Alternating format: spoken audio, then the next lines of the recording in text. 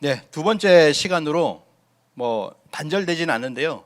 제주의 항일 운동에 대해서 여기 계신 제주 도민께서는 다 아시고 있는 내용이라고 생각하는데 조금 다르게 생각할 수 있는 부분에 대해서 말씀을 드리도록 하겠습니다.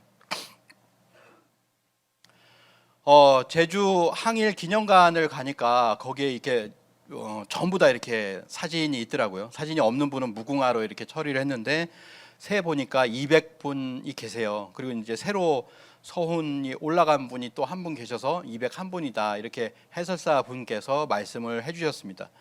그래서 이러한 분들이 계시는데 그래서 잊지 않기 위해서 제가 이분들을 다 알 수는 없지만 잊지 않기 위해서 이렇게 PPT에 모두 이렇게 한번 담아봤습니다. 제주의 3대 항일 운동이라고 하는데요. 바로 법정사 항일 운동, 그리고 조천읍에서 조천 만세 운동, 그리고 해녀 항일 운동, 이 3대 항일 운동이 있습니다. 그래서 1918년에 법정사 항일 운동, 1919년에 조천 만세 운동이 있었고요. 그리고 그 외에도 많은 독립운동은 계속 이어졌다라고 보는데요. 거기에서 1932년에 해녀 항일 운동을 이제 꼽습니다. 그래서 순서로 보면은 이렇게 되는 거죠. 법정사 항일, 조천 만세 운동, 해녀 항일 운동인데요. 조천 만세 운동에 대해서 한번 보도록 하겠습니다. 만세 운동이라고 하는 것은 아시겠지만 3.1 혁명 가운데서 3월에 이어서 3월 1일부터 해서 4월, 5월까지 그리고 그 이후까지도 이제 이어지는데 보통은 한 2달 정도를 얘기합니다. 그 2달 사이에 있었는데 그래서 이것이 번져나가죠. 전국으로 번져나가게 되는데 3월 16일에는 당시 서울 휘문고보에 김장한이라고 하는 학생이 있었는데 여기서 이제 서울에서 만세 시위를 하고 독립선언서를 가지고 귀향을 하게 됩니다. 그러면서 김장한은 숙부 김시범에게 3.1운동 상황을 알렸고 이를 들은 김시범은 제주에서의 만세운동을 결심하게 됩니다. 김시범은 김시은, 김장환과 함께 제주의 유림들 사이에서 명망이 높았던 김시우의 기일인 3월 21일 이날을 거사일로 정하고서 21일 조천리 미밋동산, 지금은 만세동산이라고 되어 있죠. 저도 이제 가 보고 왔는데요. 만세동산에서 문화해설사로 계신 분이 만세를 외치라고 그래서 같이 만세 삼창을 이렇게 외치면서 그분이 이렇게 또 설명을 해주셨습니다.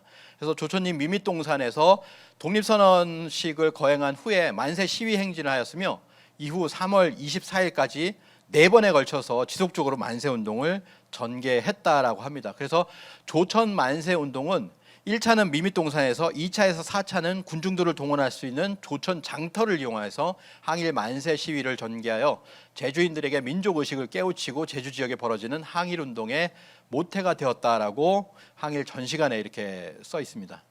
그래서 19세기 말에 이제 유림의 위정척사 운동을 일으킨 최익현 선생이 제주도에 유배로 오게 됩니다. 그래서 유배에서 생활을 하면서 제주 유림의 정신적인 지주가 되었다라고 하는데요. 이 최익현의 영향을 받은 제주 유림들은 외세 침탈에 대항하는 의병운동을 전개하였으며 이러한 정신은 1919년 조천 만세운동을 일으키는 근간이 되었다라고 하는 거죠. 그래서 제주에 유배온 면함 최익현이 자신의 어떤 제자로 꼽는다라고 하면은 바로 이 사람을 꼽는다라고 해서 해은 김희정이라고 하는 분인데 이분에게서 이렇게 이어지고 해은 김희정에게 사사를 받은 김시우 선생으로 이어졌는데 이 김시우 선생이 돌아가신 기일이 바로 소상일이 바로 3월 21일이었습니다. 이때를 기해서 조천에서 만세운동을 일으켰다라고 하는 거죠. 그래서 만세운동의 주역분들 일부 분들이시고요.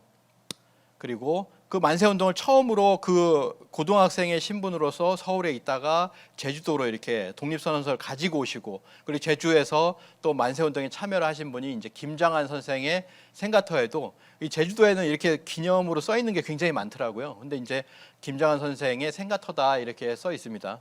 써 있긴 하지만 그 14인의 동지 중에서 한 사람인 그는 현재까지 독립운동 공적을 인정받지 못하고 있는 건 좀 의아한 부분입니다. 가장 그 활동에서 가장 두드러지게 나타난 그런 분이었는데 아직 공적이 인정받지 못하고 있다라고 하네요.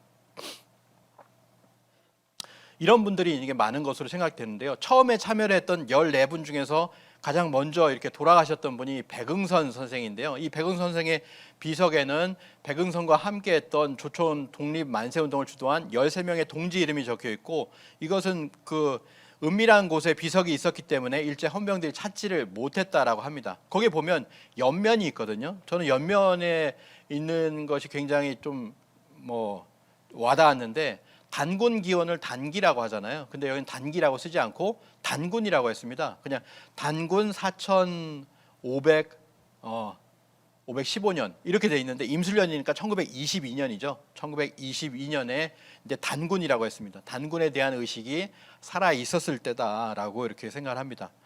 해녀 항일 운동을 보도록 하겠습니다. 짤막하게요. 해녀 항일 운동은 1931년 일본인 상인만을 위한 어용 해녀 조합에 맞서 해녀들의 항거였었고 1931년 6월부터 이듬해 1월까지 연 인원 17,000여 명이 참가를 했고 대소 집회 및 시위 횟수가 연 238회에 달했던 대규모의 그런 항일 운동이었다라고 합니다. 그래서 바로 이 조천 만세 운동 그리고 해녀 항일 운동이 이렇게 있었고요. 그래서 그거에 대해서 저도 이렇게 많이 공부를 이렇게 하고 왔습니다.